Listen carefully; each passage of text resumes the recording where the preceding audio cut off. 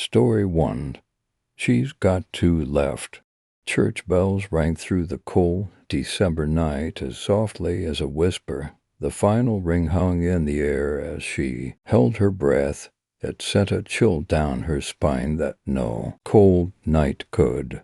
She'd seen no church before, but there it was sitting before her, door open as if someone expected her. It had been a rough night to that point, losing her license and hitting an animal that ran away before she could catch a glimpse of it.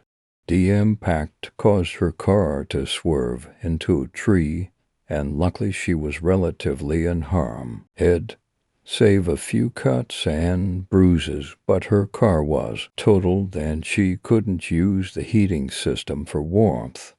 So she decided to test her luck and try to walk back to a town she had passed at a half hour before the crash. It would take hours to get back, and after passing the town, she had seen no sign of any sort of church or anything other than trees for that matter, but she was not going to pester herself with pointless dilemmas. She needed to get out of the cold, and a small church with electricity was sure enough to warm her up. It was through the trees with no sign of any sort of path that led to the road. Maybe that was why she didn't see it. It was practically invisible from the road, and the lights were likely to have been turned on only recently. She cut through the trees and through brushes and stickers, tripping on a few roots along the way, but her relief of shelter was quickly vanquished. The smell of a dead animal filled her nose. It couldn't have been the one that she hit with her car, because not only was that miles back, this was the smell of something dead for much longer than the animal could be. Regardless, she pressed on, but the smell only worsened. Each step she took now was slower and more hesitant than the last. Once she stepped through the door of the church, she realized that this place was not what she thought it would be, other than the smell of rotting flesh. The church was colder on the inside, and there wasn't even any electricity.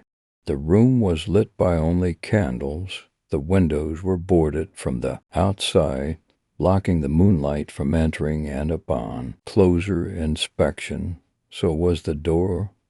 Well, once upon a time anyway, all that was left were a few nails and splintered wood along the door frame. This was only the foyer. Straight ahead was the entrance to what could be rightly assumed to be the congregation room. It was cracked open to reveal even more candles on the inside. It was glowy, dingy enough to hurt her eyes that had adjusted to the darkness not long ago. As she stepped, the floorboards creaked and whined, making her believe that she was going full straight through at any second. She placed her hand on the door gently, and rapid whispers radiated from the other side. Immediately, she had the overwhelming sense of dread. She knew that walking into this place was a mistake. She did not belong here. Still, though, something pushed her on. Whether it was her own curiosity or something more sinister, she could not say, but even as she opened it, she regretted it instantly. Surprisingly, there was no one in the room, but the whispering continued.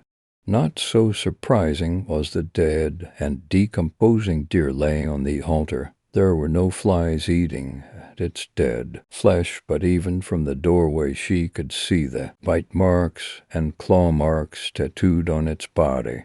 Its cuts were removed savagely, and blood stained the wooden floor below it. That was only what she first noticed, however. Directly behind the dead deer was a human body, long dead and missing its left leg, but well preserved.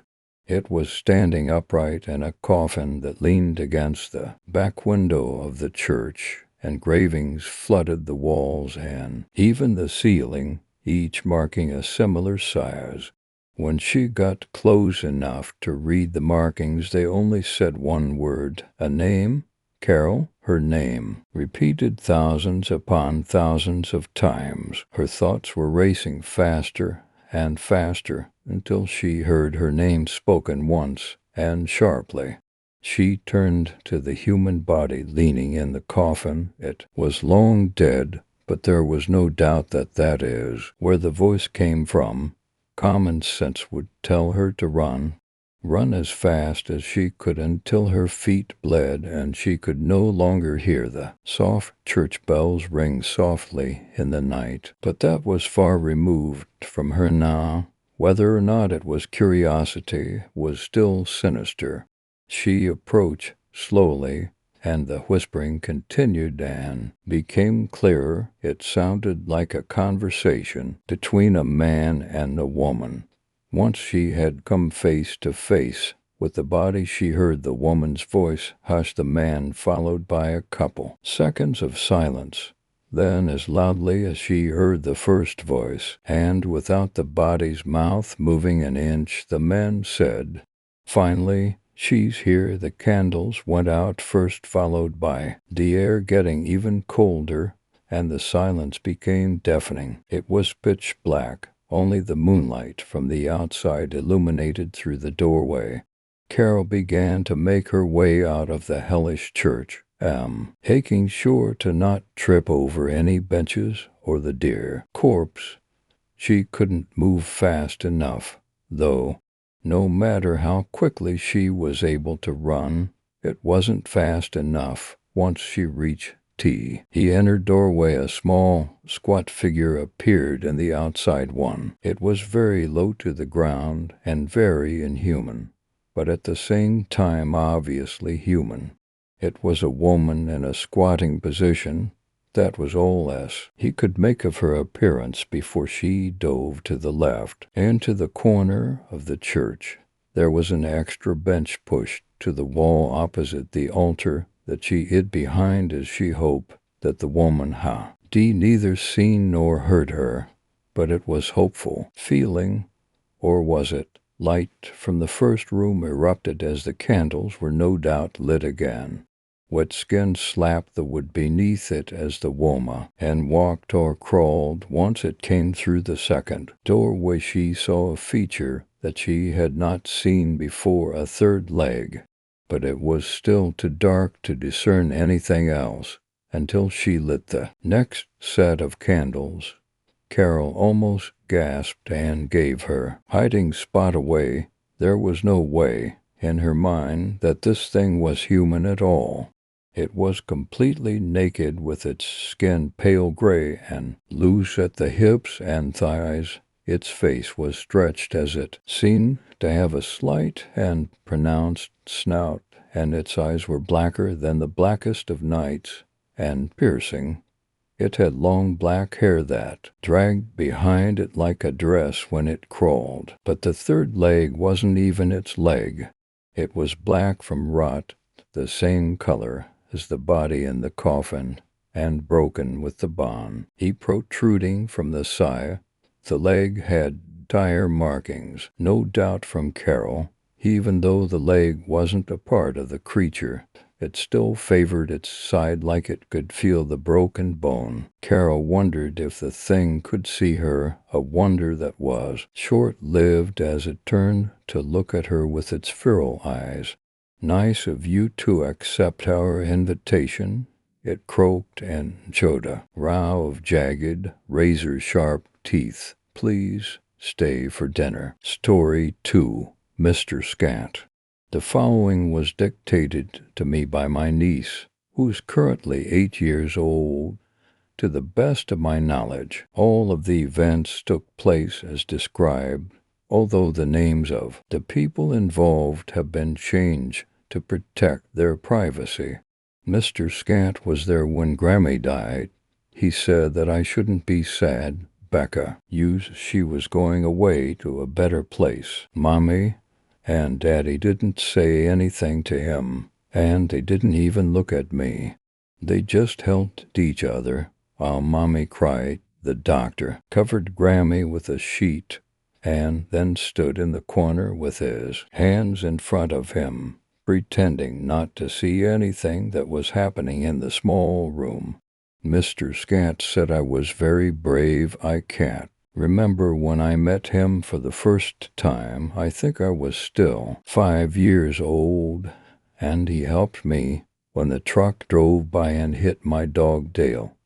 Mr. Scant told me that I should bury Dale near the flowers so that I would think of him when they bloomed. Mommy said she didn't know we had a neighbor by that name, but he had already left, so she had to wait until the neighborhood barbecue. He came then, too, and Mommy told him that she liked his suit, but wondered if it wasn't a bit hot for the summer. Mr. Scant always wore black suits. He had short silver hair, but he looked younger than Daddy, who was 30. Mommy said he was a lawyer, but I never saw him with a briefcase. He was always nice to me and always wanted to talk to me more than the other grown-ups. Mommy said it was because he didn't have a daughter of his own. Daddy said it was because it was a way to get Mommy to like him more. I think Daddy was jealous of Mr. Scant's good looks. When I was 6, Mr. Scant came to dinner with a woman. She looked like a doctor, but she didn't have a lab coat and she didn't wear glasses. Mommy said it wasn't polite to stare, but I'd never seen a person with a missing finger before. Her name was Mrs. Sierra, but she let me call her Lisa. She brought a cake for dessert. I wanted to talk to Mr. Scant some more, but he said he was sorry, and that he could only stay for a while. He said he had an emergency business meeting that night. Daddy was sad, but Mommy was okay because Lisa was going to stay. It was a good thing, too, because there was a car crash outside and she had to run out to help people. The ambulance was too slow for the driver of one car, but everyone else was okay after a while. Mr. Scant took me to his house the next day and told me about alcohol. He made me promise to never be in the car with someone who had drunk some. I said I promised, and I meant it. Mr. Scant smiled, and then we went out for ice cream. Lisa bought me a ribbon for my hair. I liked Lisa. Sometimes she would bring Mommy groceries when Mommy was too sick to go out.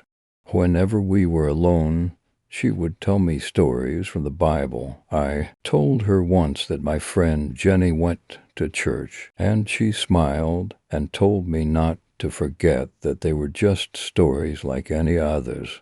I liked the way she told them better than how Jenny told them. Whenever I got new hair ties, ribbons, bows, or clips, Lisa would always help me try them on so that I could surprise Mommy. Then she'd let me play with her hair.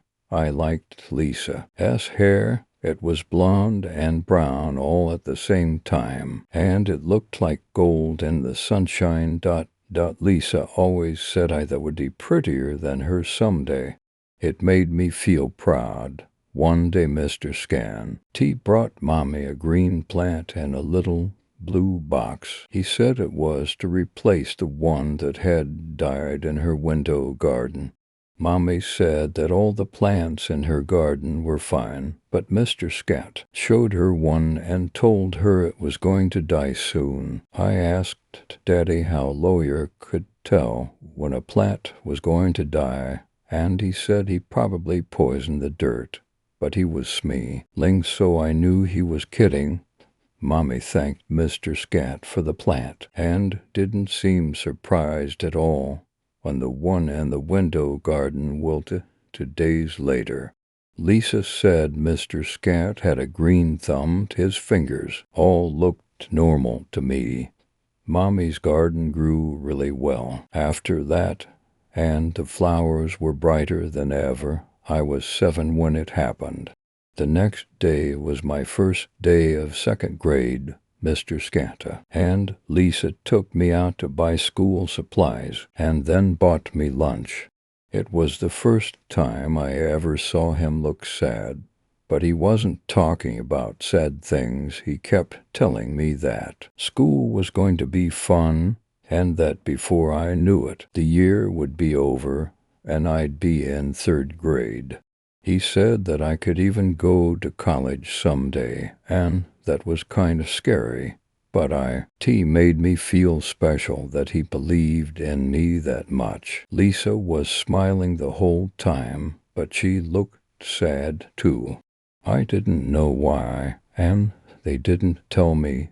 They just took me home. That night I went over to Grammy's house for a special dinner. It was so much fun, and she even gave me a pair of pretty new shoes to wear for the first day.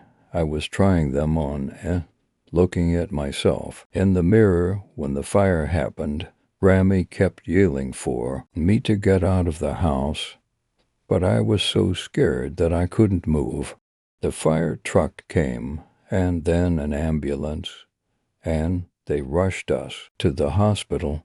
Grammy was crying on the way there, and the men who worked in the ambulance were trying to keep her calm. Nobody talked to me, even though I was scared to Mr. Scat was when Grammy died. That's how I knew everything was okay. He walked into the little room through the curtain, and he smiled at me. I could see Lisa behind him, but she didn't come in. She waved at me, though. Mr. Scat walked over to Grammy's side and brushed some of her hair off of her face. That's when the doctor put the sheet over Grammy, and Mommy started crying. I wanted to tell her that everything was going to be okay, because I knew that it would be. That's something Mr. Scat taught me once. Mr. Scat always knew what the good side of things looked like, and always made sure that I could see it, too. He said that most grown-ups were afraid to be optimists, and then told me what that meant. It seemed silly to me that grown-ups always looked at the bad side of things. Mr. T said it was silly. He looked at his watch, and we walked back through the curtains. I tried to get up and follow him, but Lisa shook her head and smiled at me.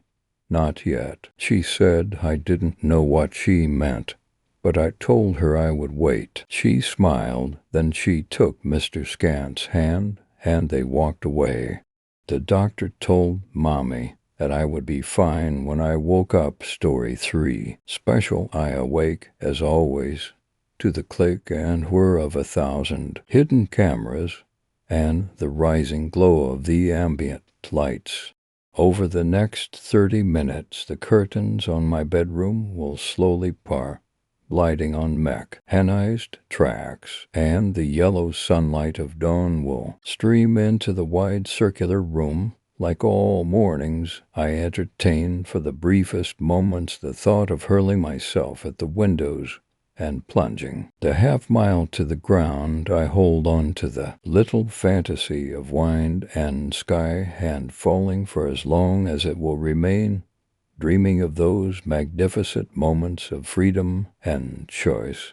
Even if I were not a coward, there are 1,000 unseen barriers and safeguards.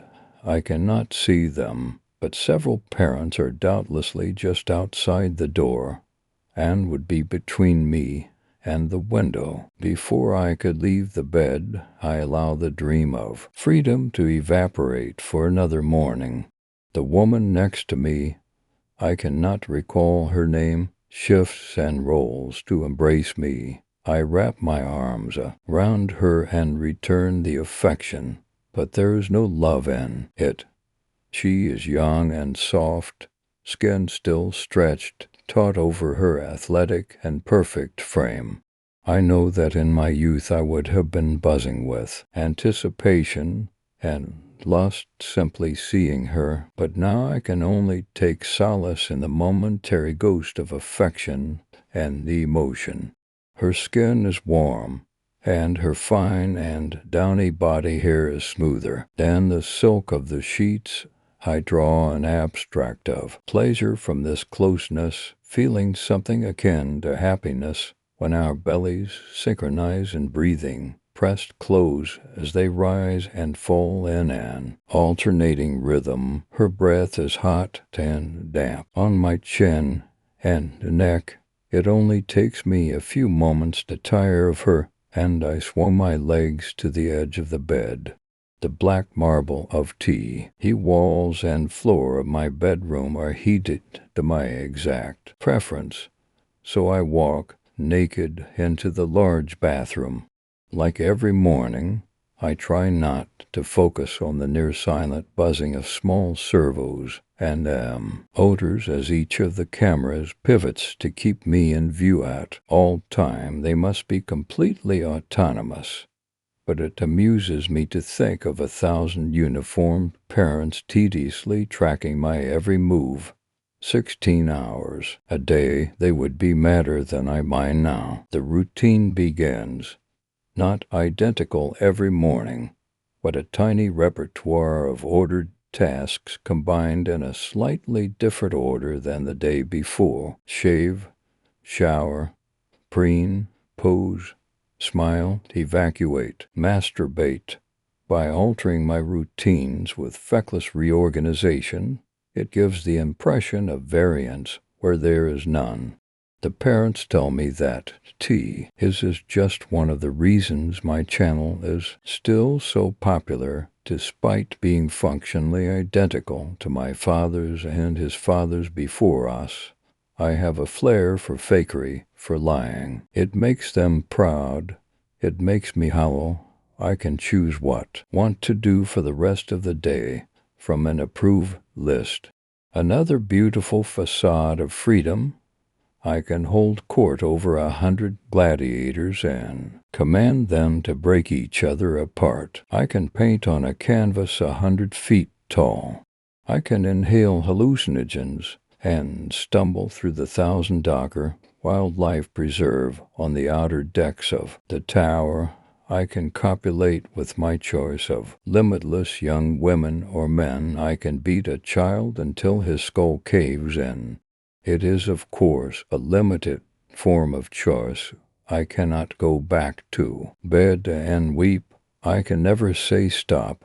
I cannot leave the tower. I am at my most honest, I believe, in the 8 hours of broadcast solitude each night, locked in the blacked-out bedroom of silk and marble with whatever woman has caught my fancy. These are the times that I can admit, in my solitude and self-reflection, that I would never be able to exist outside the tower. I know nothing about the outside, and the parents and my concubines can only tell me of the millions of people that love me. I don't know how a real person lives. I only know my world. I spend the day in the museum, aimlessly wandering through ancient paintings and statues before practicing horseback riding on one of the open-air decks. I do this partially because I told the parents I would be in the harem all day, and it amuses me to think of them struggling to adapt the programming and the wasted resources.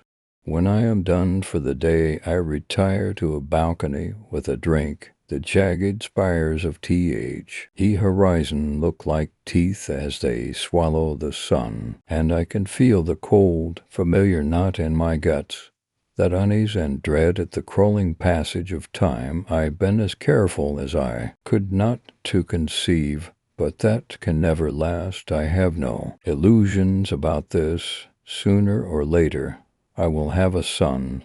Doubtless the parents are already weaning me off the contraceptives in my meals. I grow ill at the thought and stand to complete my nightly ritual. I descend the elevator through the vast interior space of the tower towards the lower levels. The parents love this portion of my night, such a wonder flair for the dramatic. They say I do it because it keeps me sane. The guards below are like the parents, only their uniforms are different. They smile at me with genuine love and affection and allow me to pass the viewing chamber. My father, a man I never met, is laying on a soiled mattress bed in a sterile metal chamber. They only love you for so long. He stirs slightly, but I know he cannot see me. His eyes are now lidless, each orb a milky ball of scar tissue. His mouth is lipless, and his dry and bleeding gums encase only a few shattered teeth. His ears are gone, the skin pulled tight around them and sewn shut with black cord. His limbs each terminated in a raw stump when I first was allowed to see him. Now they are completely gone. I've watched them break, bend, and vanish in slow bites over the years, but they are simply scars around his gaunt torso now. There are deep, fresh gouges in his gut. Every time I think he simply cannot endure more. He astounds me by continuing to live. When my time on the channel ends each night, his begins. The tower goes deep underground, and that is my father's world, a nightmare mirror are of my own. For the last few months they have taken to opening him up to take away ragged chips of his organs. Since they took his tongue and lips, he has no shame about gibbering and wailing wordlessly. Why, I have no love for this man, no pity for this thing. I can barely feel pity for myself. But he is my mirror, my portrait of the future.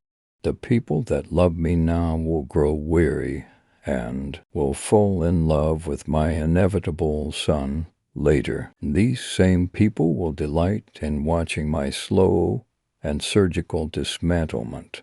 For 8 hours every night, the mechanical arm on the ceiling descends, slopping a hook through the harness around my father's broken body and carries him into the next room to prep him for the show. He begins to shriek a ululating cry of helpless terror and thrashes in the machine's embrace, but it cradles him almost gently as it takes him from my view and into someone else's. I look away, return to my room, lie motionless and empty in the arcade. The channel changes. Story 4, The Tall Man of Briarbell, Missouri. We had all liked Mr. Winscott. He didn't mind when we used the sledding hill on his property, and he always gave out the best Halloween candy in the neighborhood. So when we heard he'd been taken by the tall man, everyone was really bummed out. You wouldn't have heard of Tall Man, so let me explain. Tall Man has been a legend in my town for decades. Those who claim to have seen him say that he is over 9 feet tall, slight, and pale, with an exceedingly polite smile. My dad told me that Tall Man is a collector. He likes things. Dad says his favorite things to take are sad people, empty buildings, and dreams. I have to admit he's stolen away my dreams more than a few times. When Mr. Winscott didn't show up or church on Sunday, nobody thought it was weird. Then when Monday rolled around and he wasn't at work with my dad, people started to whisper.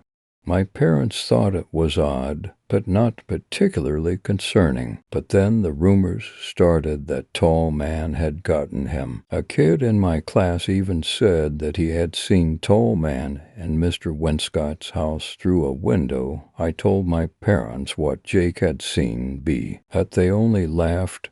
Tyler and I biked by Mr. Winscott's place every day after school to get to our friend Rory's house. We never stopped in front of Mr. Winscott's to try and see Tall Man through the windows like Jake had. We never even slowed down, but one day we played too late at Rory's. Since we didn't want to bike home in the dark, we called our parents and asked to sleep over. Tyler was allowed to. I wasn't. I tried really hard not to look as I biked by Mr. Winscott's cul-de-sac. I almost made it, but my curiosity forced a backwards glance at the house. The lights were all on, and my eyes were drawn to the face in the window. Immediately, I saw a tall man looking back at me. I choked in a panicked breath, and my foot missed the pedal as I tried to speed away on my bike. I stumbled for only a second, my eyes never leaving the face in the window, before pedaling home as fast as I could. The next morning at school, I told Rory and Tyler about Tall Man T. They didn't believe me. Of course, they hadn't believed Jake either. I knew I had to show them, otherwise they would think I was a liar. We waited until dark, and then biked to Mr. Winscott's cul-de-sac. Tall Man was there, as I told them he'd be, watching us from the window above the front door. It was such a tall front door that I thought Tall Man must have been 10 feet high to see out of the Y, and down above it. He was almost smiling, but his expression betrayed a certain displeasure. Tyler fell off of his bike. Holy shit, run. We did. As soon as we cleared the cul-de-sac, we all began talking over each other in a flustered panic. I can't believe we saw a Tall Man.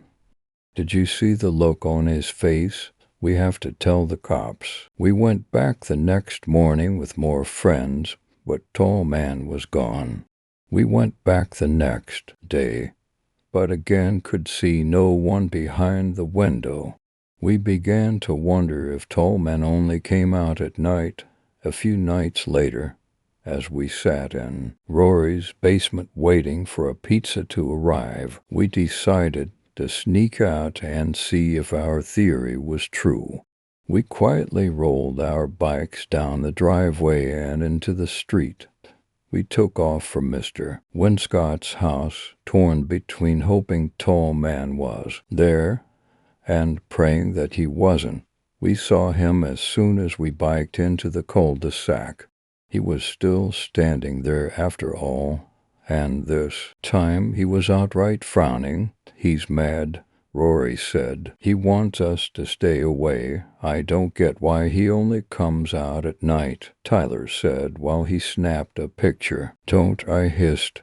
Stop taking pictures, you'll make him madder.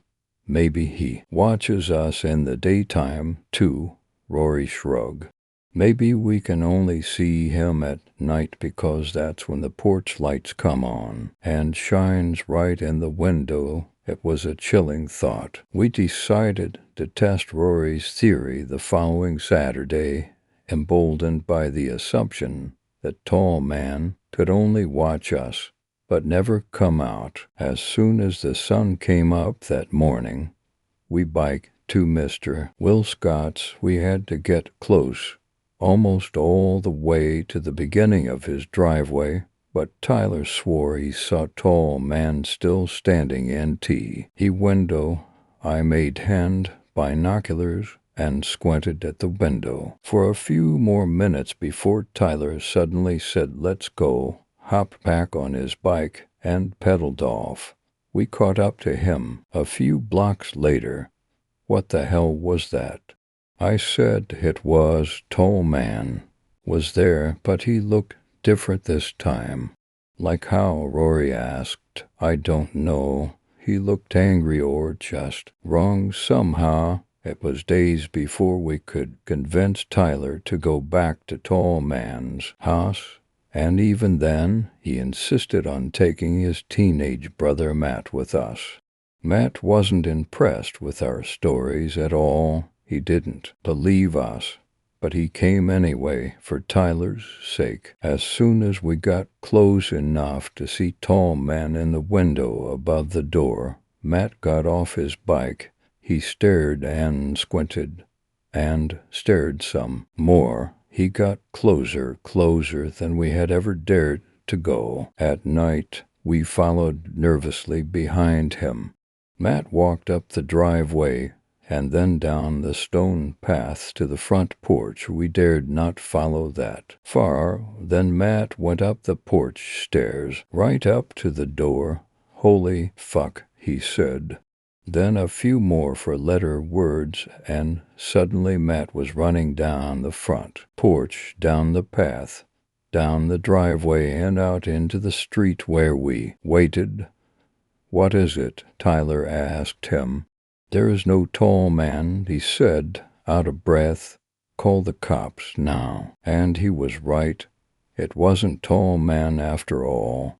We stayed long enough to watch the police break down the door and cut the rotting corpse of Mr. Winscott from the ceiling where he had hung himself from a lamp fixture in his floor. The body had decayed as if it were melting in the days we had watched it from the road.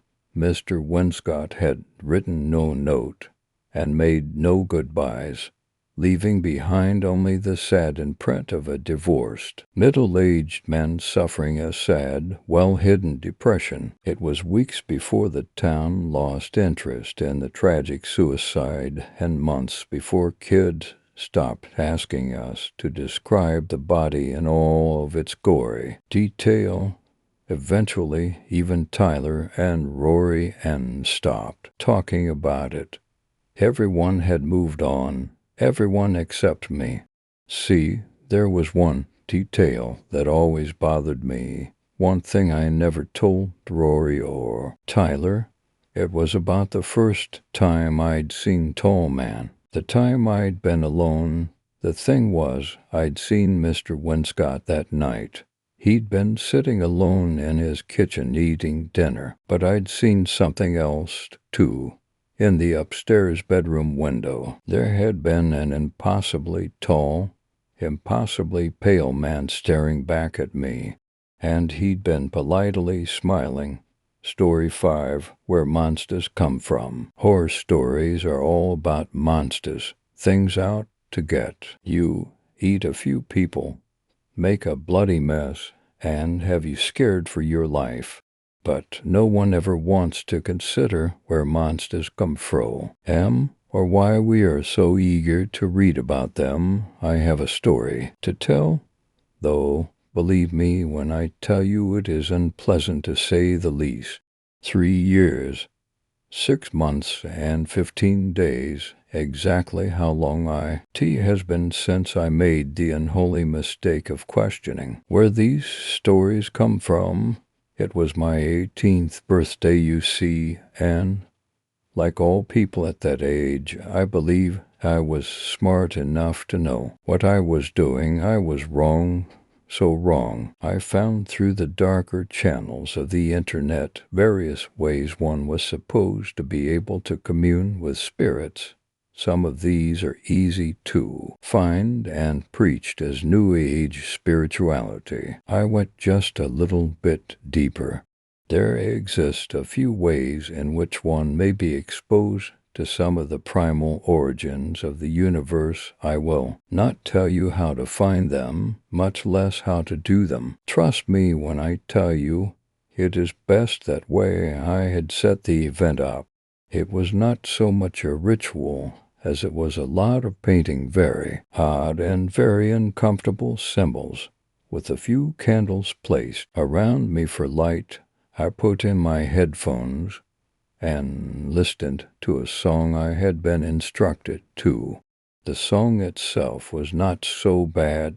A lot of percus, iron and wind instruments.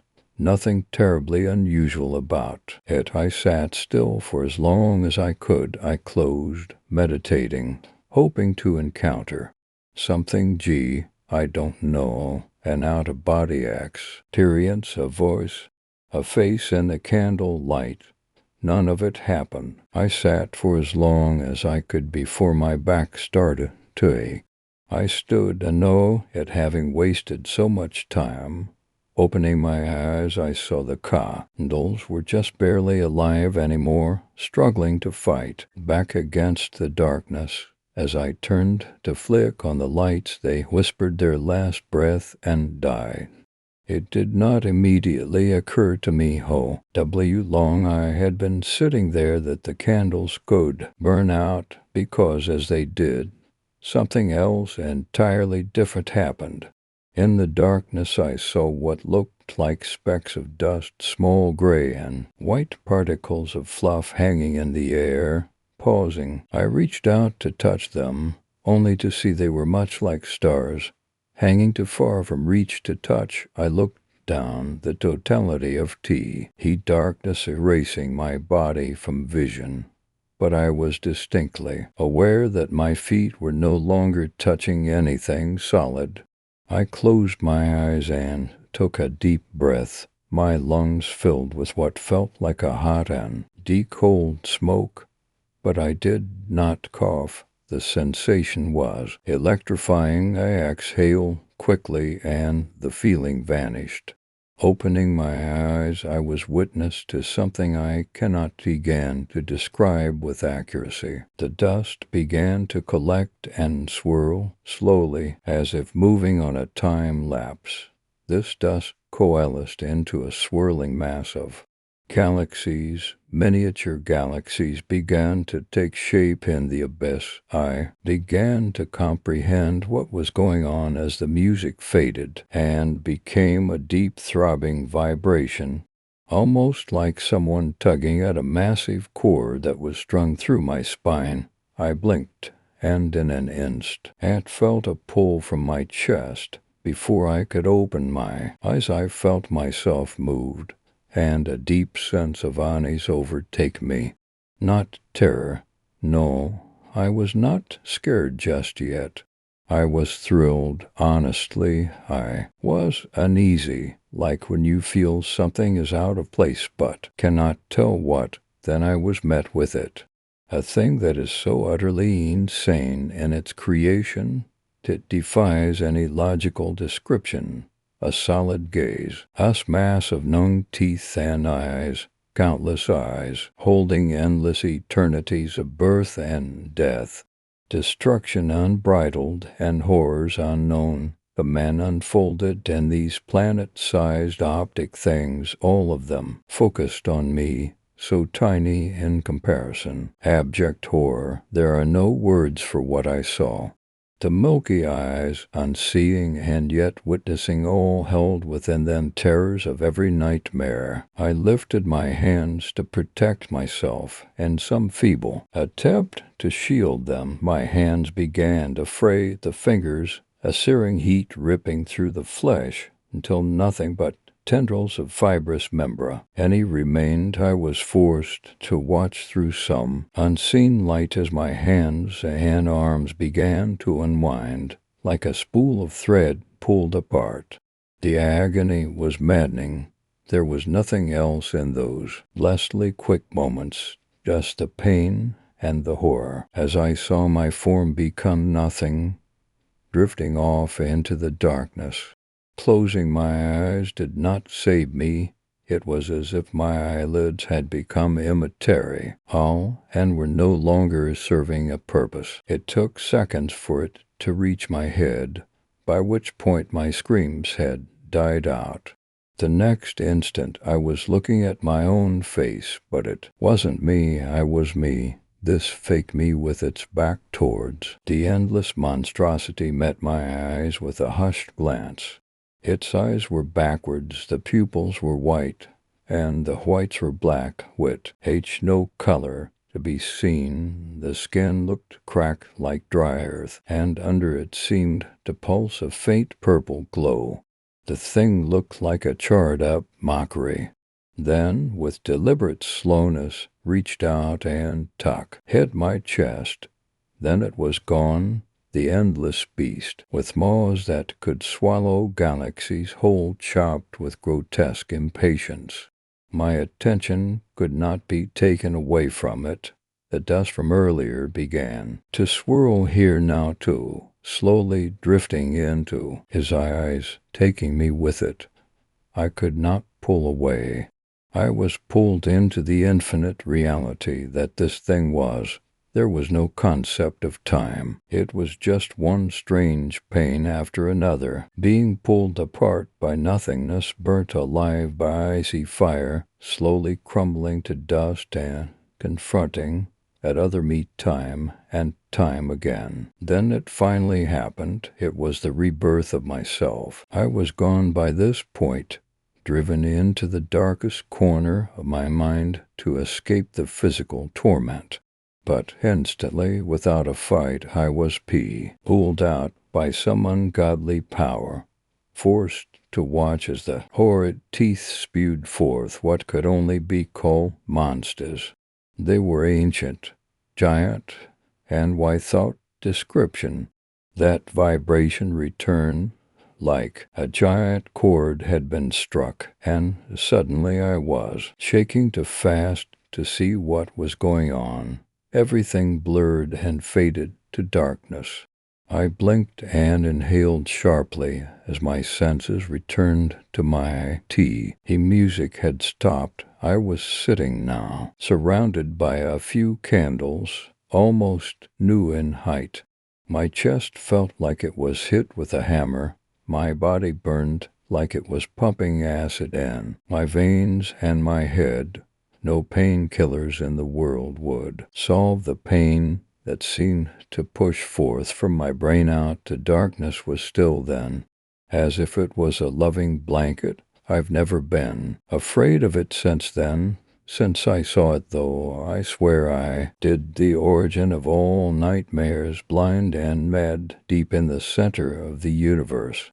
He waits, you know, for anyone brave enough to spend a flickering second with him, anyone foolhardy enough to go searching out his chaos.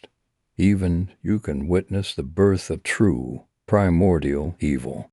Azathoth is still there, bringing forth untold blights into the universe. All it takes to invite them in is thinking about them. Story 6, The Sleepover. I was always known as the weird girl, the one with no friends, strict parents, and strange habits. I was an outcast in part because I ate hot sauce, sandwiches, and sleepwalked. School days were long and torturous.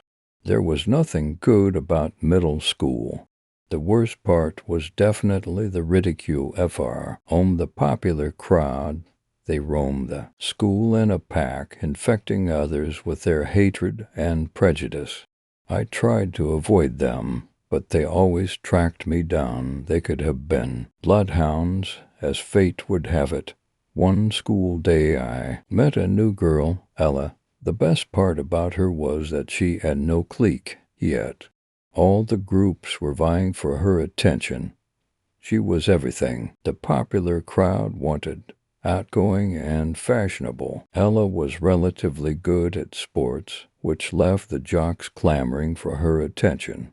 She was also apparently rather intelligent, so the nerds stared longingly at her, hoping that the force would bring her to their side. However, one day at lunch, she sat down with me. At first I thought she was going to try and take my sandwich. So I smiled to myself, imagining what a surprise she'd get if she ate it. When she actually introduced herself to me, I was even overjoyed. I had made contact with a human, and I still had my wonderfully delicious hot sauce sandwich. Over the next few weeks, we would become friends. Finally, one day she said, "Want to come over to my house for a sleepover?" Chloe, I didn't know how to reply. I had never been asked to a sleepover before. That was something for people with friends. Let me ask my mom, I replied, the typical answer of a 12-year-old. It took some begging and persuading for my mom to allow me to go. She kept saying that I would scare my first friend away if she found me sleepwalking in her house. I wasn't too worried about it, though. Finally, I was at my first sleepover. Ella and I watched movies, giggled, and built a fort. It all seemed like something out of a movie. Around 2 in the morning, we had the bright idea to film a vlog entry. Sitting on our makeshift beds, we chattered away at the camera until we slowly dozed off into a land of sleep. When we arose the next morning, we realized we had left the camera on all night, filling up its memory. "Let's watch our vlog entry now," exclaimed Ella. Still a bit groggy, I yawned, about to agree with her and stretch. I felt really sore, like I had been working out. Suddenly I realized that I must have sleepwalked during the night. That was the cause of my soreness. No, actually, let's not watch it now. Let's wait until high school graduation to watch it. It will remind us of what we were like when we were this age. Ella reluctantly agreed. It was for years later, and so much had changed. I was no longer the outcast. Ella and I had acquired a large group of friends that seemed to be ever expanding. Sleepovers were now regular occurrence, though we had never made another video blog since the very first one. Ella called me the day before high school graduation. "Chloe, let's have a sleepover and watch our vlog. I've been dying to see what ridiculous things we said when we were younger." I agreed. She wouldn't abandon our friendship now if she saw me sleepwalking. We sat on the couch, buried under blankets, eating popcorn, and started the video. Ella and I laughed at how immature and naive we had been. It brought back good memories. Ella was about to turn the video off after watching us both drift off into sleep. "Wait, don't turn it off yet. You're moving," I blurted out. We watched to see what she would do. Panic gripped me. Something horrible was about to happen. I just knew it. On screen, Ella sat up and stared into the camera. Her eyes were completely white. At that point, I sat up, too. "Ella, are you okay?" I asked her in a sleepy voice. Ella continued to stare unblinkingly into the camera. Then she blinked. Her eyes turned completely black. She turned her head and stared at me, her eyes eating my soul. Then I heard a nose. Like a slow tearing of fabric, Ella fell backwards onto her bed in a pool of warm blood. I watched as her swollen body was torn open from the inside. I was about to scream when a hand covered and dark hair clawed its way out of Ella's chest, using not its long dagger-like fingernails. The hand, dripping in the blood of my friend, covered my mouth, stifling my scream. The rest of the saint crawled out of the hole it had ripped open in its host. How this large creature had fit in such a small body bewildered me. It was nearly 8 feet tall, with muscular arms that dragged on the ground. It was covered in coarse hair, except for its long tail, which was made entirely of rough scales. When it saw me, a smile crept across its face, literally from ear to ear, revealing deadly teeth that cut its own gums and lips. The creature licked its lips with its forked tongue, savoring the taste of its own blood. I turned to run, but the creature's tail caught me and coiled around my body like a boa constrictor, squeezing the life out of its prey. It hoisted me up above its head and let out a deep, rumbling, throaty laugh that echoed and reverberated across the room. I looked down at my friend. She was just a pile of skin. Most of her internal organs were strewn across the bed, though many seemed to be missing. Where they went, I had not a clue. "Look at me," the creature ordered. I gazed down at the blood-soaked beast. "You will do," it chuckled, lifting up a hand. he sliced my skin with his razor-sharp finger nails. The cut spanned from the bottom of my neck to my belly button. Wedging its fingernails in the cut, the creature slowly peeled the wound open, first the left side, then the right, ripping the skin and meat off of my bones. The same tearing noise filled my ears. There was nothing I could do. I was at the mercy of this beast. I looked down. I could see my rib cage and my internal organs, which were spilling out of my body. Chuckling, the creature bit off one of its own fingers and used it to scratch my heart. Leaving the finger nestled in my rib cage, he picked up some of my intestines that had fallen to the ground and placed them back in my body and folded my skin back into place. By simply looking at me, no one would know what horrors had transpired. The cut mark had disappeared, however. I could feel the finger near my heart, and it was growing soon. It had used many of my organs as fuel for its own growth. It inhabited my body now, not me. I felt the scar on my heart, the poison seeping through my blood. I was not me anymore. The creature set me down. You will not remember this in the morning, it promised, while lapping up all the spilled blood.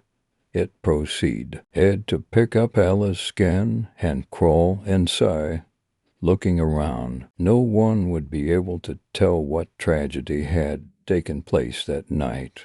There was not even a mark on either Ella's or my body. I drifted off to sleep. The video ended. Ella and I looked at each other, terrified. Then we heard it, that slow, ripping noise. Story 7. Putting an end to the psychic knock game. Okay guys, let's get some things straight. I'm on horror sites pretty often, and a friend told me about what's been happening here on Creepypasta. I've been looking through the last few days' worth of posts, and I'm seeing some really disturbing stuff that I need to address. I'm Jenny Rogers, a normal 18-year-old high school student in my senior year. My Snapchat username is calm_469, and somehow my foe, Annie, has been ruining people's lives. I'm not the demonic entity those posts are making me out to be. I live in a nice neighborhood with a loving family and a beautiful home. I have a little sister whom I adore, and my dog is very well behaved. I get good grades, and I have a lot of friends. I set up the Snapchat with some random pics of a hot girl as a joke to prank my friend, Owen. But that was 6 months ago, and I haven't touched the app since. My phone is almost always with me, and I haven't given anyone my login information, so I have no idea how someone else has been using my profile to ruin the lives of the people in those posts. The only thing I can think of is that my little sister might have taken my phone and done something with it. But she's only 6. Besides, what could she have done to cause all of this? Did she summon a demon that's now channeling itself through my Snapchat to terrorize others? If what those users posted is true, then this is terrifying. There's something off about all of this, and I'm hoping someone on here can offer me some insight. When I logged into my account to check the messages out yesterday, I couldn't find any of the ones described in the posts. There were only the joke snaps I sent on. Nothing sinister or creepy at all. Unless you find my awkward, dirty talk scary, I wish I knew who the other ops were so I could find them and ask for some more information. There's 3 high schools within a 10-mile radius of where I live. Assuming they live nearby, they must attend one of those schools, but I have no idea. There wasn't enough information in the posts to go off of, so for now, I'll have to figure things out myself. Something else has me a little bothered, and it might be related. My friend Owen has been acting really strange. A few days ago, he called me up. For the first time ever, I heard him cry. He was in such a bad way that I rushed over to see him. When I knocked on his front door, I could hear him whimpering inside. When he finally let me in, I noticed how bad it really was. He was wearing all black, something that I had never seen him do. Oh, in the 6 years I had known him. In addition, it looked as though he hadn't showered or shaved in weeks. Owen is one of those stereotypical jocks who has rich parents and a large house, a beau without a care in the world. Never once had I seen him look so worried about anything. I noticed some black curtains blocking out the light, and I could see the droopy remains of several candles on the living room table. I figured that his parents were doing some eccentric remodeling, but as he filled me in on his situation, I started piecing together something that most people would consider insane. I asked him about the new decor, and he confirmed my suspicions. Owen told me about how he, his older sister Sophie, and his parents decided to play the psychic knock game for their family. Lee game night the evening prior. I stopped him right there, questioning how he had found out about the game.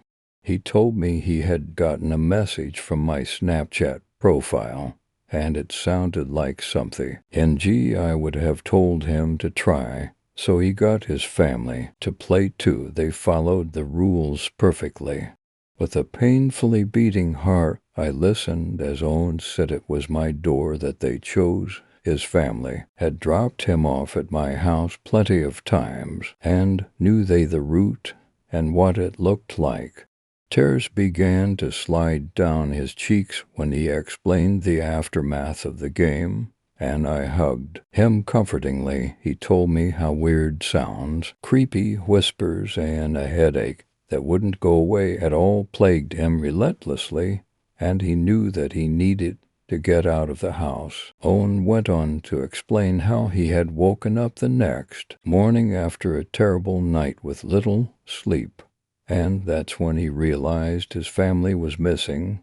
No note, and their keys and cell phone were still in the house. He called the police. They told him he was overreacting, and that he couldn't officially file a missing persons report until 24 hours had passed. He then called his Aunt Liza.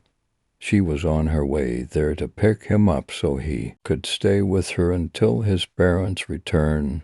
Owen called me over because he was worried that I would be next. He told me about an unsettling dream he had, one that gave him sleep paralysis. The figure that appeared to him was wreathed in shadow, with a voice that hurt his ears.